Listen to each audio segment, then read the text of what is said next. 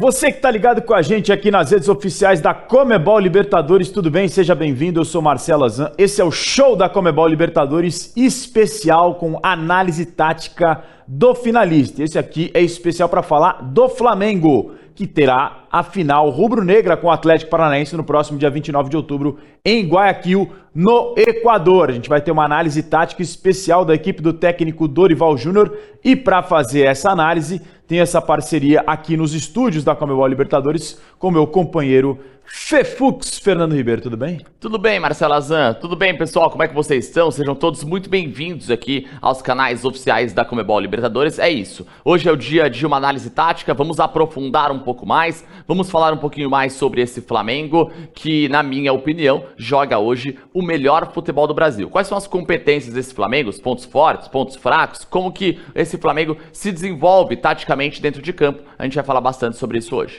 Além do Fefux, o nosso Fernando Ribeiro, que você já conhece aqui do nosso time da Comebol Libertadores, temos um convidado especial também para nos ajudar a entender melhor como joga essa equipe do Flamengo, do técnico Dorival Júnior, ele que vai nos ajudar a se aprofundar taticamente na análise do rubro-negro carioca. Temos aqui conectado com a gente o William Godoy, jornalista que faz análises táticas também no seu canal aqui no YouTube. William, seja muito bem-vindo aqui ao show da Comebol Libertadores, viu?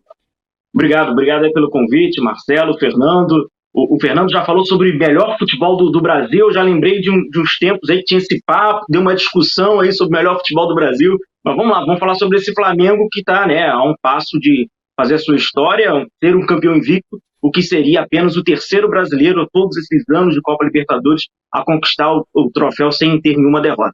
É o Flamengo que tem 100% de aproveitamento no mata-mata, só venceu as equipes do Tolima, do Vélez, do Corinthians nessa caminhada até chegar na decisão da glória eterna. Na fase de grupos teve um pouquinho mais de dificuldade, se é que dá para chamar de dificuldade, né? Comparando com o Atlético Paranaense, são campanhas bem distintas, mas hoje aqui o foco é o Flamengo. William, para começar, já que gostei que você pegou esse gancho do Fefux aqui de melhor futebol do Brasil, não concordo com o Fefux, também acho que o Flamengo tem jogado o melhor futebol do Brasil, quiçá do continente, pelo menos do que a gente viu nessa edição de 2022 da Comebol Libertadores. Qual que é a tua opinião sobre isso, para a gente começar depois de se aprofundar mais taticamente nessa equipe do Dorival Júnior? O Flamengo, esteticamente, né, a gente já parte para aquela questão da estética do jogo, que é tão subjetiva assim.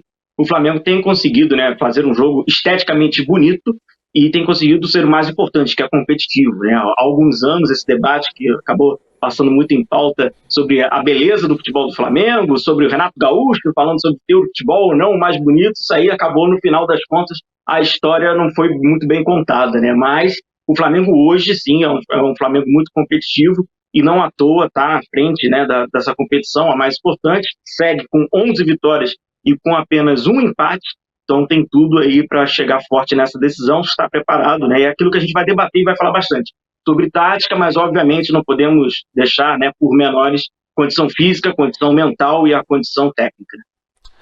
William, aproveitando aí para a gente começar a falar, né, de aprofundar um pouco mais nessa questão, lá atrás ainda, na época do 5-1, né, quando o Flamengo bateu o Grêmio, o Renato Gaúcho deu uma entrevista coletiva na época até bastante audaciosa, falando também, né, com esse poderio financeiro, com essa questão, eu também consigo, né, então ele veio depois, por obra do destino, coincidência ou não, né, ter a oportunidade, ele não conseguiu, e hoje o Dorival, de uma maneira mais mansa, mais low profile, né, menos midiática, o Dorival, ainda por cima, um treinador brasileiro, né, o que é legal de falar, né, de encher o peito para falar um treinador brasileiro, vai fazer um trabalho muito grande com a equipe do Flamengo, um trabalho muito humilde, aproveitando um elenco muito bom que o Flamengo já tinha, né, que herdou de outros treinadores, mas o Dorival realmente vai dando aquilo que a gente gosta de falar de futebol, da liga, né, deu liga, né, então esse time do Flamengo com o Dorival, eu queria que você começasse nosso bate-papo falando justamente sobre o Dorival, quão importante tem sido esse trabalho do Dorival, que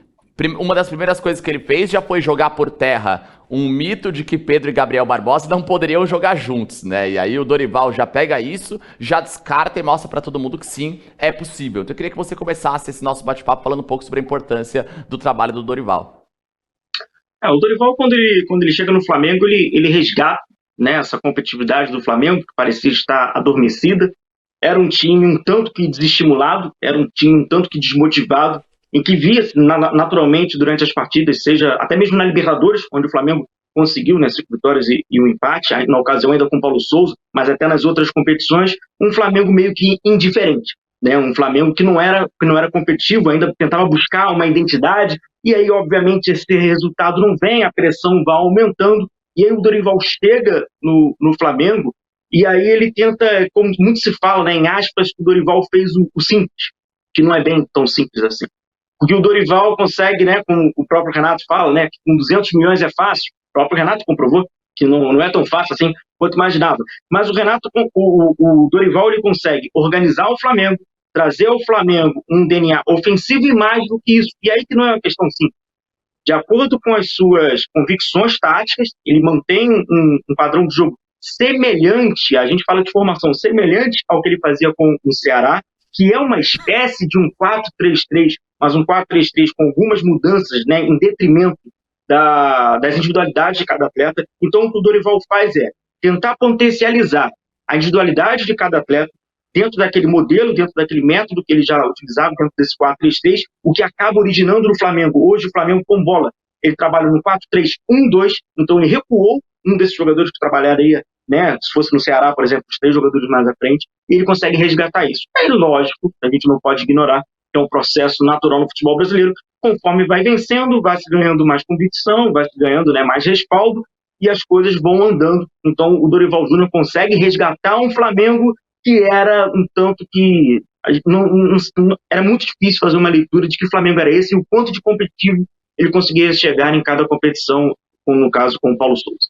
E teve algum encaixe tático que você acha que teve diferencial? Lógico que a qualidade técnica dos jogadores do Flamengo acho que é indiscutível, mas muito tem se falado em João Gomes, como ele tem dado uma consistência para essa equipe do Flamengo, principalmente na roubada de bola. É um jogador que às vezes não aparece tanto para o grande público, mas tem uma importância fundamental. O próprio Thiago Maia junto com ele me parece que encaixaram bem. Thiago Maia que trabalhou com o Dorival no Santos lá atrás. E aí esse quarteto de frente que dispensa comentários com o Everton Ribeiro, Arrascaeta, Gabi e o Pedro. Mas você vê algum encaixe tático diferente que o Dorival pegou, fez e que o que mais impressiona, o que mais choca é a disparidade da qualidade do futebol, do desempenho e dos resultados, são as 3 coisas, do Dorival para o Paulo Souza. Você viu algum encaixe tático que talvez tenha sido o X da questão?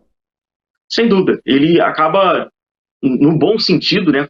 Ele acaba acomodando os jogadores do Flamengo numa zona de campo. Se nós olharmos os jogadores do Flamengo de mais talento, né? A gente fala de Everton Ribeiro, Arrascaeta, Pedro e Gabigol, eles jogam numa faixa central do campo, né, que a gente chama, terminologia, né, de análise, como meio espaço e o espaço de habilidade. Né? O espaço de habilidade é aquele espaço por dentro, realmente. O meio espaço são aqueles 2 espaços que ficam, né, eles ficam entre, né, o espaço de habilidade e logo em seguida beirando ali o meio espaço. E a gente vê a reunião de todos esses jogadores nesse meio espaço. Inclusive, isso traz uma outra dimensão, né, na terminologia do futebol, que a gente fala da relação sócio-afetiva. E são jogadores que já se conhecem, jogadores que têm uma capacidade de interpretação do jogo, jogadores que já têm um entrosamento de jogarem próximo. Então, todos esses jogadores eles ficam jogando próximo, em faixas centrais do campo. Não à toa que o Everton Ribeiro, apesar de uma formação tática, ele fazia parte desses 3 jogadores. Então, ele está numa linha atrás desse trio, que esse trio, sim, joga muito mais próximo, todos jogam na parte central. Isso passa, né, pelo até que o Fernando fala, Pedro e Gabigol juntos. A grande diferença do Dorival em colocar Pedro e Gabigol juntos para os outros treinadores que tinham resistência em colocar juntos, quando colocavam, utilizavam de uma forma um tanto que era confusa, colocavam Pedro e Gabigol ambos fazendo a função como se fosse de centroavante, ambos sendo 9 muitas das vezes, então até essa circunstância não facilitava. O Dorival deixa claro que o Gabigol é o atacante pelo lado direito, uma espécie de um segundo atacante pelo lado direito, que obviamente vai entrar na área, mas também vai sair muito, vai também construir bastante, vai também movimentar muito nesse circuito, e a gente fala mais para frente, né, sobre essa ultrapassagem do Rodinei pelo lado direito. E o Pedro, apesar de trabalhar pelo lado esquerdo, ele não é um segundo atacante que joga aberto pelo lado esquerdo. Quem vai fazer o corredor pelo lado esquerdo são outros jogadores. O Ventura, João Gomes, apesar de não ser tanto da característica dele, mas o Pedro já faz o facão, já faz por dentro, já é um homem de referência. Então ele foi acomodando esses jogadores numa zona central, ou aproximando. Então isso também, né, e aí tem a questão do entrosamento, os jogadores já se conhecem, isso facilita, obviamente, qualquer trabalho. Eu acho que essa dinâmica desse circuito que cria o Dorival de aproximação e todos jogarem numa faixa central pode ter sido um fator determinante. E tem uma coisa legal também, William, da gente falar sobre esse Flamengo. Você citou agora há pouco a questão da confiança, né, e tudo mais. Quando a gente olha um elenco que tem jogadores como Felipe Luiz, como Arrascaeta, como Everton Ribeiro, como Gabriel Barbosa, como Pedro, a gente não espera, a gente que é amante do futebol, que trabalha com futebol, a gente não espera nada menos do que eles já vêm entregando, né? Isso aí não surpreende a gente, até pela capacidade técnica deles. Agora, quando você tem jogadores que até pouco tempo atrás eram completamente contestados, e de repente eles passam a ser sugeridos até para a seleção brasileira, como o caso do Rodinei, por exemplo, que na minha opinião hoje é o melhor lateral direito jogando no Brasil, e o Léo Pereira, que muitos brincavam, né, com o nome dele e que não passava segurança e tal, e ele tá jogando muita bola. Quando você tem essa soma de fatores dos caras que já são craques, a gente sempre espera que eles deixem a régua lá no alto. E aí você tem jogadores que eram contestados e também acompanham nessa régua. É isso que você falou também, muito essa questão da confiança, né? Hoje eu vejo o elenco do Flamengo muito homogêneo, muito com uma sinergia muito bacana. E esses jogadores não ficaram para trás, né? Eles acompanharam esse trabalho e estão junto com os craques acompanhando o ritmo, deixando a régua cada vez mais alta, né? Talvez também porque a organização coletiva tem potencializado as individualidades, né? Facilita, é o famoso não corre errado, né? Todo mundo tá fazendo certo, você acaba facilitando, todo mundo facilitando o trabalho do outro, né, William? Perfeito. A confiança nada mais é do que um sentimento que vem por consequência de um trabalho que é fomentado no dia a dia. É aquele trabalho que a gente não vê mais, né? Aquele trabalho dos treinamentos. O trabalho de segunda a sexta, esse é o que vai dar confiança ao atleta. É claro que ele precisa atuar bem, é claro que ele precisa jogar bem durante os 90 minutos, mas o mais importante é treinar bem. Se ele treinar bem, a possibilidade dele jogar bem ela é muito grande. E aí, o quanto vem esse conforto, o quanto vem essa confiança? Atuações individuais, né, que logicamente hoje o Rodinei e o Léo Pereira, ele vai querer depreciar o atleta, mas é uma constatação passada, que talvez o próprio atleta se autoavaliando, ele tenha essa mesma percepção. Eles eram aqueles considerados, em aspas, elos fracos do Flamengo, né?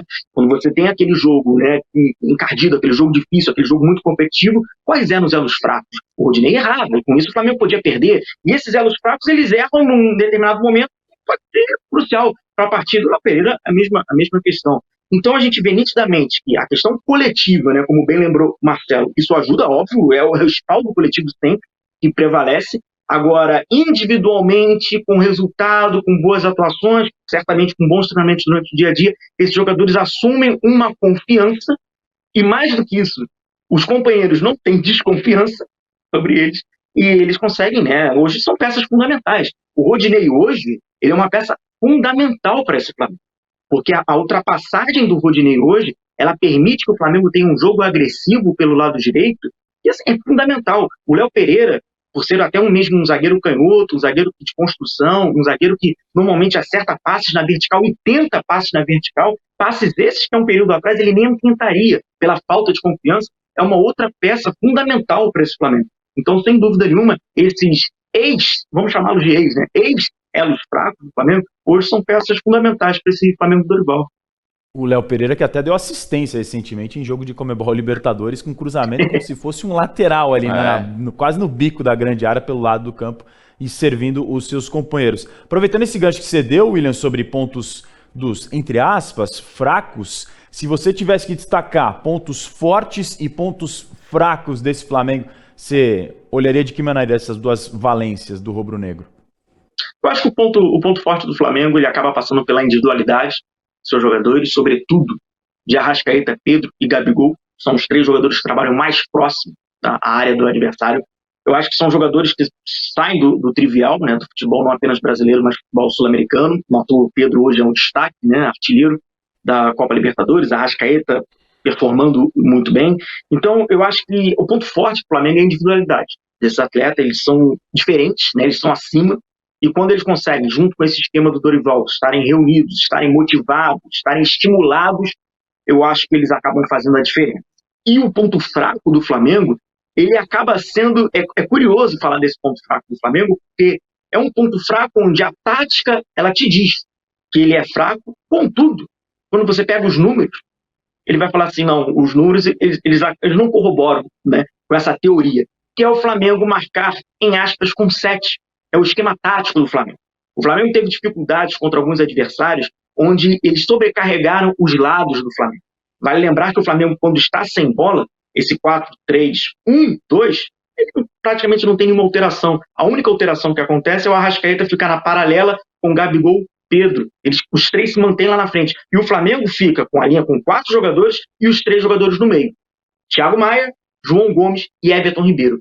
E essa sobrecarga que acontece, né, obviamente condicionada pelo adversário, de tentar atacar esses dois lados do Flamengo, isso, teoricamente, na tática, é um ponto fraco. O Flamengo ele se preocupa bastante em marcar o seu miolo, né, em marcar, que a gente chama ali naquele triângulo, aquele cone próximo ali à meia-lua, e ele dá os lados para o adversário. Tem um jogo que ele é emblemático, quando o Flamengo teve uma dificuldade, foi no jogo de ida na Copa do Brasil, inclusive na vitória do Flamengo, por isso que eu falo que os números não corroboram isso.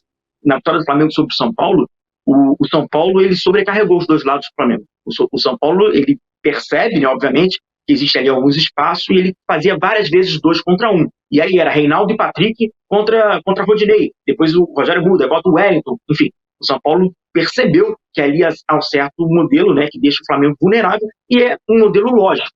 O Dorival privilegia a condição física e não quer, em aspas, sacrificar.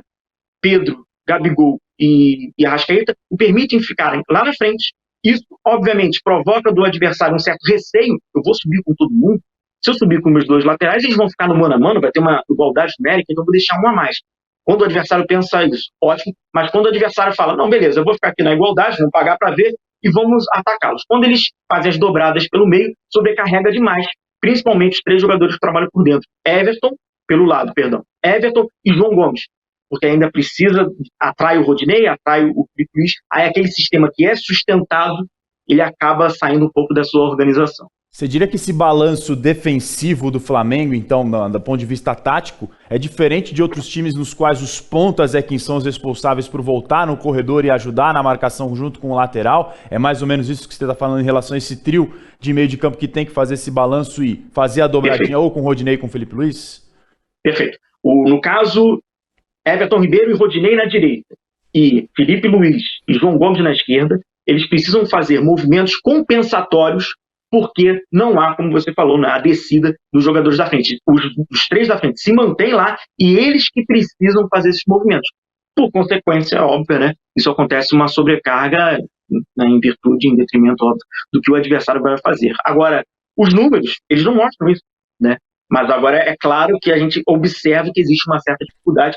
Por isso que Rodinei, Everton Ribeiro, João Gomes e Felipe Luiz, eles são fundamentais para o sistema defensivo do Flamengo para ter uma sustentação. Você sabe que a gente não combinou nada com o William aqui, mas a gente está em sintonia sobre o jogo que ele citou, porque eu ia falar desse jogo exatamente, São Paulo e Flamengo pela Copa do Brasil, que o Flamengo vence por 3-1, mas é um jogo que o resultado não reflete o que foi o desempenho das duas equipes na partida. Foi um Flamengo que foi muito letal, muito eficiente, nas poucas finalizações que acertou no gol, quase todas entraram, 3 de 4. O Flamengo acertou 4 no alvo, 3 entraram. Foram 7 finalizações no total, se eu não estou enganado. O São Paulo criou várias outras oportunidades, chutou bola no travessão com o Patrick, mas não conseguiu fazer mais do que apenas um gol. E esse jogo, William, você diria que, também por essa questão que você comentou, de congestionar o lado do campo, talvez se o Luiz Felipe Scolari estiver pensando, já projetando a estratégia para a final em Guayaquil, claro que são condições diferentes, porque a gente está falando de um jogo que foi no Morumbi, que é a casa do São Paulo, vamos ter um jogo um campo neutro, então isso, querendo ou não, faz diferença por torcida, por conhecer o terreno, por ambiente, seja lá como você queira definir, mas esse jogo do São Paulo com o Flamengo, que o Flamengo venceu por 3-1, mas pelo desempenho das duas equipes, que a galera vai falar, vai pegar como exemplo um jogo que o Flamengo meteu 3-1, mas enfim, mas pegando pelo desempenho das equipes, se você não viu o jogo, depois veja os 90 minutos, você vai entender o que a gente está conversando aqui. Você diria que esse é um dos jogos nos quais o Filipão, pensando numa estratégia, pode se mirar para fazer um estudo de como bater esse time do Flamengo? Sem dúvida. Sem dúvida, quando assiste o jogo do Flamengo, é notório, né, diagnosticar, né, qual é a zona do campo que o Flamengo menos preenche, e aí fica natural. Um outro exemplo que a gente também pode trazer, inclusive na própria competição da Libertadores, foi no jogo... outro exemplo ruim, a gente só traz exemplos que o adversário não vai gostar. Flamengo e Corinthians no Maracanã, onde o Vitor Pereira posiciona o William.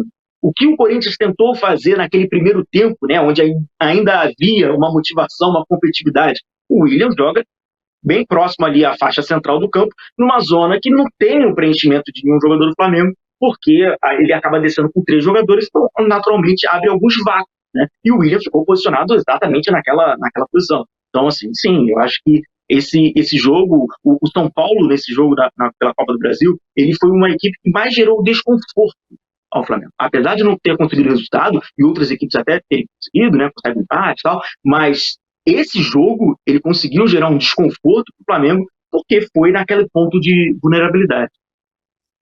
Eu acho que esse é muito legal quando a gente parte para esse nível, né, de análise, de entendimento do que esperar das equipes dentro de campo. Eu sou um apaixonado por enxergar no jogo mais do que a bola mostra, né, mais do que mostra nas 4 linhas, porque te mostra, né, te dá ideias, que nem a gente fala sobre o São Paulo, o Flamengo, ele...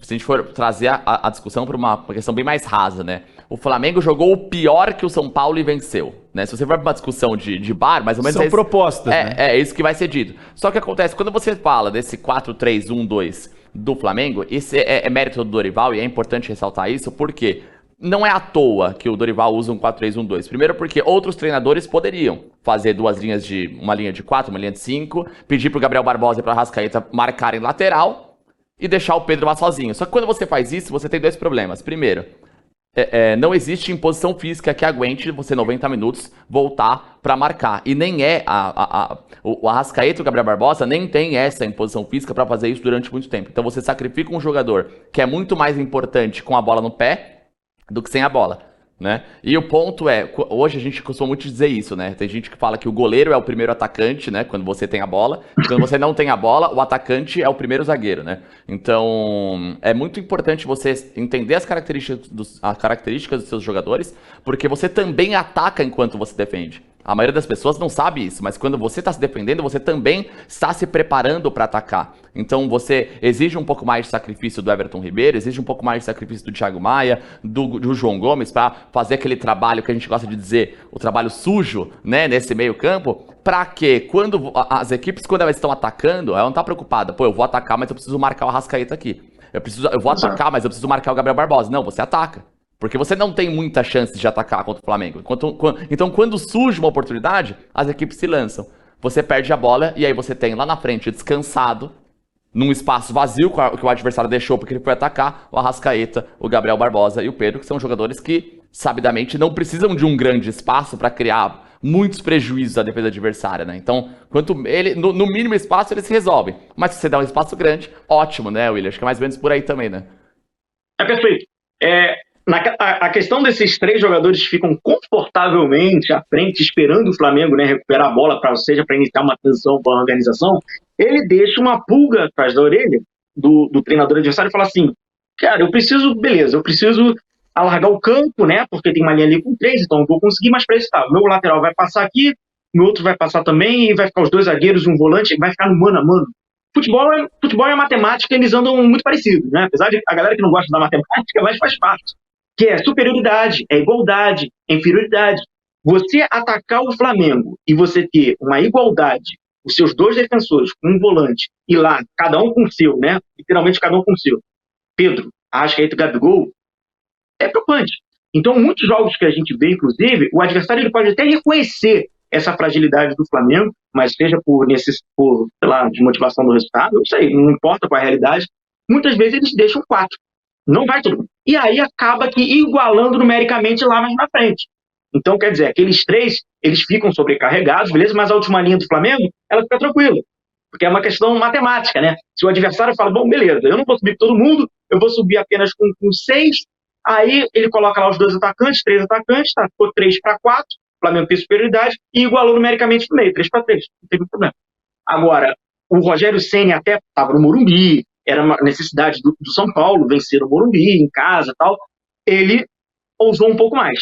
E aí ele fez as dobradas nos 2 lados. Então ele já tinha 4 jogadores no meio campo, então ficou 4-3, e na frente, com aquele ataque posicional, né, do São Paulo, ele também meio que buscava a igualdade lá, mas na verdade ele ataca os corredores, né? Então, por isso que ali criou uma certa vulnerabilidade, e ficou claro naquela partida o desconforto. O Flamengo ele ficou desconfortável, né? Mas aí o resultado, ele pega tudo isso que a gente está falando, joga fora, e o cara fala, esses caras estão malucos, né? Perdeu 3-1, mas taticamente teve um pouco disso aí. Mas não é também que esse trio Arrascaeta, Pedro e Gabigol abandonam e não ajudam em nada na marcação. Não, Pelo não. contrário, eles pressionam a saída de bola da equipe adversária, William. Sim, o Flamengo ele usa dois modelos, né? E ele vai flertando com esses dois modelos durante o jogo. Ele marca o portador da bola, então ele pressiona o portador da bola, e ele também marca as possibilidades de passe do portador da bola. Em algumas oportunidades a gente observa uma marcação mais agressiva desse trio no portador, então eles tentam roubar a bola do portador. Em algumas oportunidades a gente vê meio passivo, mas na verdade não é correto nem a gente falar isso, porque eles estão marcando ativamente as possibilidades de passe.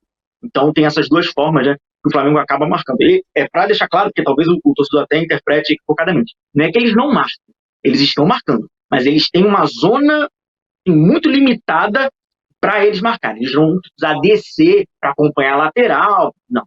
É raramente, circunstancialmente, isso acontece. Então por isso que o Dorival ele tenta concentrar, né, vai criando numerosidade naquele cone, naquele funil, próximo ali à meia-lua, com o trio e, sobretudo, com os 4 jogadores da última linha. E William, pra gente fazer uma brincadeirinha aqui, né? Você é o nosso Dorival Júnior hoje. E você já encarou, né, o Atlético Paranaense lá pela Copa do Brasil, venceu por 1-0 na Arena da Baixada, gol de bike do Pedro. O Flamengo vai encontrar na final da Libertadores? O que você vê que vai ser o adversário do Flamengo, taticamente falando, postada, né, as posições em campo? O que esse Atlético tem para oferecer para o Flamengo aí?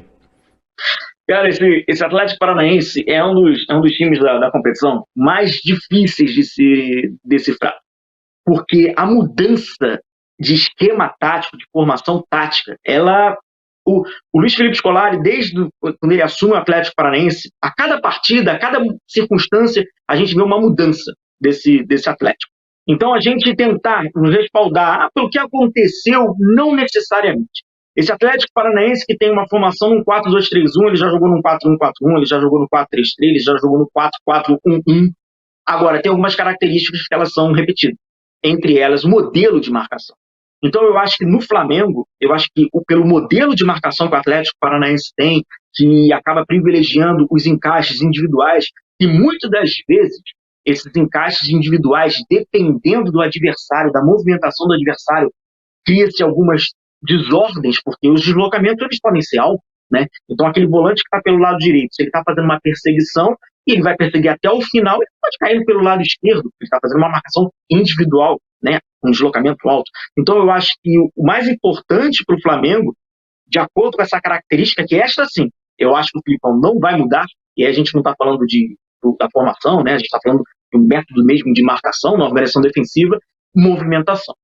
O Flamengo ele precisa de movimentação, não, né, tem a ultrapassagem do Rodinei, tem a chegada do Everton Ribeiro, mas aí eu falo principalmente de Arrascaeta, Pedro e, digo mais, do Gabigol.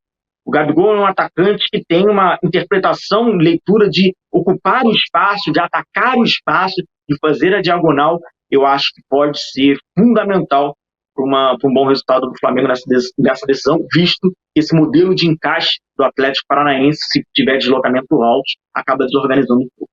Lembrando que aqui a gente está fazendo essa análise tática especial do ponto de vista do Flamengo também. Teremos um programa especial para fazer a análise tática do Atlético Paranaense do ponto de vista do Furacão, que tem uma campanha bem distinta, com várias mudanças, como o William pontuou, mas a gente vai se aprofundar numa outra oportunidade no Furacão especificamente. Mas esse gancho é bom porque temos uma amostragem de confrontos recentes num duelo de mata-mata, claro, com circunstâncias diferentes, repito, de jogar cada um na sua casa, vai ser um campo neutro com 90 minutos numa final de Conmebol Libertadores, que envolve tudo que a gente sabe por tantos e tantos anos de gerações que às vezes não passam e não conseguem chegar a ver o seu time chegando na final, como é o caso do Atlético Paranaense, que está chegando depois de 17 anos. William, a gente viu panoramas bem diferentes nos dois confrontos entre Flamengo e Atlético Paranaense na Copa do Brasil. No Maracanã, um Atlético Paranaense, como os especialistas e analistas gostam de dizer, estacionando o ônibus dentro praticamente da pequena área. Casinha. É aquela tática 11-0-0, sabe? Uhum. Todo mundo para fechar a bola e não deixar entrar de jeito nenhum. O Flamengo bombardeia, é uma impressionante quantidade de chances e oportunidades criadas, e aí a gente entra de novo no resultado que não reflete o que foi o jogo. Se o Flamengo vence o São Paulo da maneira que venceu por 3-1 no Morumbi, sendo mais eficiente e não tão competitivo sim, porque venceu, mas não tão criativo. No Maracanã foi o oposto, foi muito mais criativo do que no Morumbi e não conseguiu fazer nenhum gol. Se você invertesse os resultados, seria até mais refletido do que aconteceu no jogo, né? Se o resultado do Morumbi fosse no Maracanã contra o Atlético Paranaense, e o resultado do Maracanã fosse no Morumbi, estaria mais adequado do que aconteceu nos 90 minutos. Mas no Maracanã, o Flamengo massacra, dá pra dizer, nos números, nas criações, e não consegue o gol. Na Arena da Baixada tem uma postura um pouco diferente. Não é aquele jogo que o Flamengo domina 100%, mas ele consegue controlar a partida durante vários momentos e se aproveita, inclusive, no lance do gol do Rodinei, que você fala da grande fase dele, dessa ultrapassagem no corredor pelo lado direito. Do que você tirou dessas duas partidas, que são confrontos que podem dar alguma projeção pra gente do que vem por aí lá na final em Guayaquil? É bem curioso, né? Porque a gente acaba entrando num debate que é muito gostoso sobre futebol, que é a relação resultado e desempenho, né? Que muitas vezes frustra o torcedor. Quando o resultado não aparece, ele já vê aquele jogo com um olhar torto e acaba esquecendo que o desempenho foi muito bom, ou vice-versa, né? Ele engrandece, obviamente, o resultado, mas aquele desempenho ruim ou aquele desempenho abaixo, ele esquece, joga para debaixo do tapete. Verdade que esse jogo, esse agregado, né, esses 180 minutos do Atlético com o Flamengo, foi um Flamengo mais propositivo, né? Eu acho que natural, já imaginávamos isso. O Flamengo no primeiro jogo no Maracanã, né, tentando de todas as formas sair com o resultado. E assim, eu acho que o resultado ele favoreceu o Atlético Paranaense, mas só que deu muitas oportunidades do Flamengo. E quando a gente fala de uma equipe que tem, né, o seu método, né, a sua organização ser defensivo, a premissa básica é não dar possibilidade de ataque para o adversário, né? Por mais que ele tenha, né, conseguido o êxito final no resultado, né, o Flamengo não marcou gol, mas ele deu muitas possibilidades. Né, eu tenho certeza que o Bento gostaria de ter trabalhado muito menos do que ele trabalhou. A zaga do Atlético trabalhou demais. E no jogo na Arena, que o Atlético começa aquele jogo disputado, né, de muita intensidade, como a gente sabe, já é de característica. E no segundo tempo, o Flamengo começa a botar a bola no chão, começa a trabalhar e tem uma movimentação. E essas movimentações, inclusive, passam pelo gol do Flamengo, né, dá uma desorganizada no Atlético. Que aí o Abner sobrou, alguém atacou ali o corredor tal, e aí o Flamengo foi criando a oportunidade, o Rodinei, né, que é essa válvula de ultrapassagem, o Rodinei é aquele cara que pisa no último terço tal. O Atlético abriu muitos corredores para o Flamengo, né. Tem uma entrevista que ela é muito boa, do ex-treinador do Vélez, né, o Pellegrino, que ele fala, né, que eu não gosto de colocar, na ocasião o Atlético até fez isso, né, eu não gosto de colocar 5 defensores na última linha, porque não é porque eu tenho defender com 5 defensores é muito difícil. Porque se eu tenho 5 defensores, eu tenho 1, 2, 3, 4 corredores para defender. Então eu prefiro trabalhar com 4 e ter apenas 3 corredores, obviamente mais largos, do que defender com 5 corredores. E aí você vai enfrentar uma equipe que tem essa capacidade, né, de infiltração, de passe em profundidade, eles têm mais corredores ainda. Então foi muito curioso que passa um pouco, né, por esse gol que o Flamengo constrói, que foi entre ali o Abner, o zagueiro pelo lado esquerdo. Foi quando o Rodinei conseguiu ali a ultrapassagem, o Flamengo fez a jogada. Mas foi um jogo que, sim, retrata, né, um pouco, né, depois desses confrontos, o Flamengo mais propositivo, o Atlético buscando mais a velocidade, o Atlético, né, buscando mais as costas, né, da defesa do Flamengo, mas que o Flamengo teve o domínio sobre a partida e quando botou a bola no chão, na Arena, ele teve mais facilidade, aí o Atlético, para buscar, a ladeira já estava um pouco mais íngreme. William, pra gente ir caminhando para nossa parte final aqui do nosso bate-papo, queria falar contigo sobre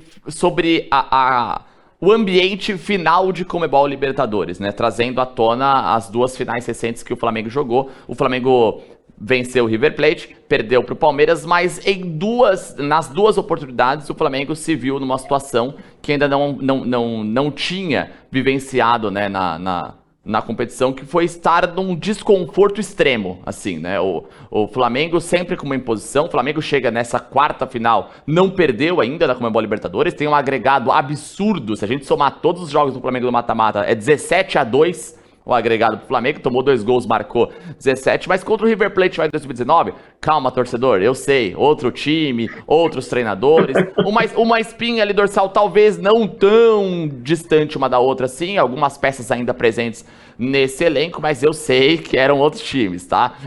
Mas o Flamengo sai alguns pontos em comum, tá? Das 2 finais, tanto contra o Palmeiras quanto contra o River Plate. Primeiro, nas 2 o Flamengo toma um gol muito cedo, né? Um gol pro Palmeiras aos 5 do primeiro tempo, um gol pro River Plate aos 20 do primeiro tempo.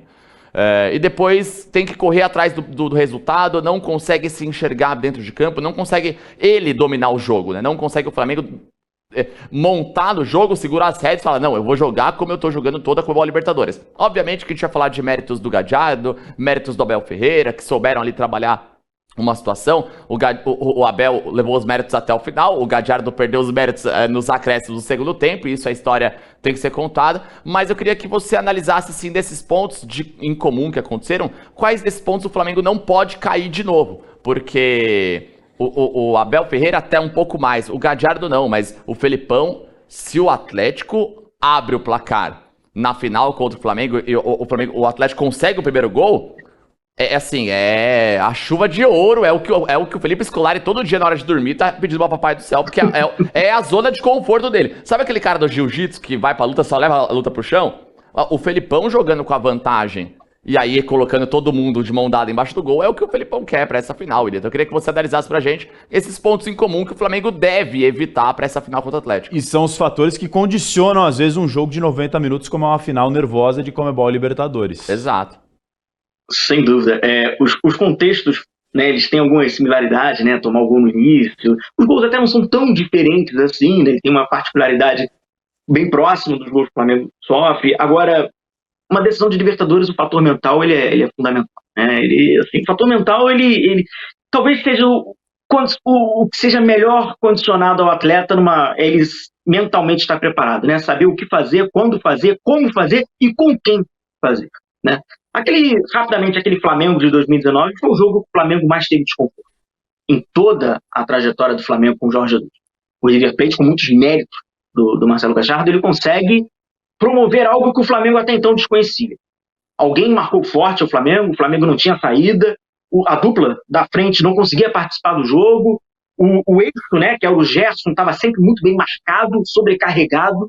Então, o Flamengo, ele quando percebeu, ainda saiu o gol, né, do Boré, ele falou assim, caramba, isso aqui é desconhecido, isso aqui o Flamengo não vivenciou aqui.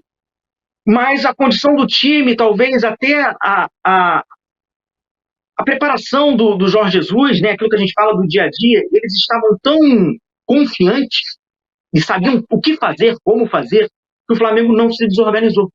O Flamengo, ele que tentou criar alternativas, o Jorge Jesus começa a mexer, algumas dessas mexidas elas são provocadas, obviamente, por uma circunstância de lesão, como a do Gerson, aí entra o Diego e tal, mas o Flamengo ele não se desorganizou. O Flamengo seguiu aquele roteiro dele e acabou, né?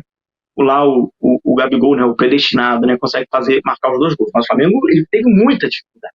O River Plate, se tivesse tido um pouco de competência, ele teria matado aquele confronto, sobretudo nos pés do Lucas Prato, no segundo tempo. Já a decisão da Copa Libertadores, quando o Palmeiras ele faz aquela jogada, uma jogada cantada, né? Que é o Felipe Luiz com deslocamento médio, vai tentar perseguir, aí explora as costas dele, o Bruno Henrique não acompanha, rola para trás e o Veiga, né? Que tem um fator decisivo determinante na história do Palmeiras, vai lá, abre o placar e aí começa aquela ladeira de novo. Agora a gente vai ter que buscar, correr atrás contra uma equipe que é vista como uma sólida defensivamente. E o Flamengo não vai se desorganizando até então. Quando chega no segundo tempo, o Flamengo alcança o gol com o Gabigol, parece que emocionalmente as coisas, né, começam a reverter, parece que o lado do Flamengo emocional é melhor, naturalmente, o Abel começa a promover substituições e tal, e aí o Flamengo tem, né, o fatídico erro do Andrés, e aí o emocional foi lá para baixo. E aí começa um Flamengo que vai tentando, através de um acaso, buscar um empate contra uma equipe muito sólida defensivamente. Esse jogo contra o Atlético Paranaense, a condição mental, mais uma vez, ela vai ser um fator determinante, e tem que ser um fator determinante, porque a gente está falando de uma decisão de Copa Libertadores. Não tem como fugir dessa regra. Agora, eu acho que a condição principal do Flamengo não importa qual será o roteiro da partida. É ele manter essa organização, que é essa organização que fez o Flamengo chegar onde está. Né? No dia 29 ele vai fazer a decisão. Não é querer começar a tentar, né, emendar situações, improvisar situações, estas que não são treinadas. Né? Então, acho que a questão mental ela é fundamental. É aquilo que a gente fala, né? São apenas 7 equipes ao longo da história da Libertadores que venceram de uma forma invicta.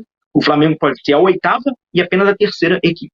E aí a gente fala de um Corinthians de 2012, com 14 jogos, né, tem um regulamento parecido com esse, mas com 2 jogos na decisão, com 8 vitórias e 6 empates. E o Santos do Pelé, que é o concurso. O Santos do Pelé era bicampeão, né, na ocasião, campeão vigente, ele fez apenas 4 jogos, mas jogos determinantes.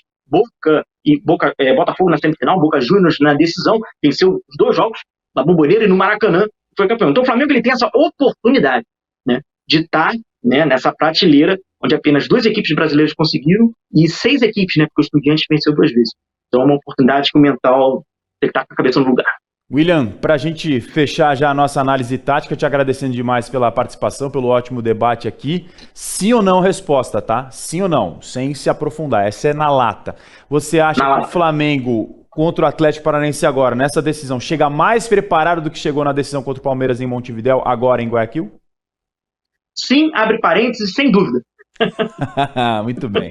Gostei do comentário e do complemento. Sucinto na direto lata. E objetivo. Na pedra, onde vai falar, né? É isso. William Godoy, quero te agradecer demais pela parceria aqui, pela participação com a gente no show da Conmebol Libertadores, especial com análise tática do Flamengo, de olho na final contra o Atlético Paranaense no dia 29 de outubro em Guayaquil, no Equador. Fica um documento registrado aqui sobre essa análise da equipe do técnico Dorival Júnior. Obrigado, William. Eu que agradeço o convite, um grande abraço ao Marcelo e o Fernando, um ótimo papo, um grande abraço a todos. Foi um ótimo papo, sem dúvida nenhuma, e você, torcedor do Furacão, calma, porque a gente também vai ter um programa especial para falar do Atlético Paranaense do Filipão, quais são os pontos fracos, os pontos fortes, o que pode explorar nesse time do Flamengo de Dorival Júnior. Foi um prazer, Fefux. Prazer é todo meu, eu amo falar sobre futebol, falar sobre tática, eu sou um entusiasta, né, da tática, eu diria o famoso Football Manager, né? Que eu gosto muito, né? É isso, estamos juntos aí e até a próxima, hein? Você é um entusiasta do esporte bretão, Fefux. Eu sou muito, eu amo. Está chegando a hora da final, dia 29, tem Flamengo Atlético Paranaense. Esse foi o nosso programa especial de análise tática do Flamengo. Obrigado, Fefux, mais uma vez ao William. E a você que nos acompanhou, um beijo, um abraço, um aperto de mão e até a próxima.